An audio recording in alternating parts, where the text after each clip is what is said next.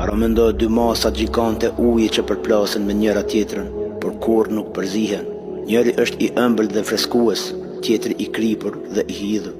Kush e vendosi atë barrierë të padukshme mes tyre?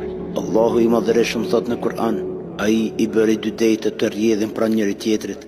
Mes tyre ka një pengesë që ata nuk e kalojnë. Shkenca e zbuloi këtë fenomen vetëm në shekullin e fundit në vende si ngushtica e Gibraltarit. Edhe pse valët përplasen dhe erërat frynë, dëndësia dhe kripësia e tyre mbeten të ndara. Kjo nuk është një proces mekanik i natyrës, por një urdhër hyjnor që mban ekuilibrin e jetës në oqeane, një mrekulli që qëndron para syve tanë si dëshmi e pafundësisë së Krijuesit. Nëse Allah mund të mbajë dy dejte të ndara me një kufi të padukshëm, ai ka fuqinë të vendosë që të silë në mes të kaosit të jetës tënde. Besoj atij që kontrollon çdo pikë uji në univers. Shkruaj subhanallah nëse kjo mrekulli ta shton besimin, dhe shpërndaje videon tek dikush që ka nevojë ta shohë fuqinë e Allahut. Tema e radhës do jetë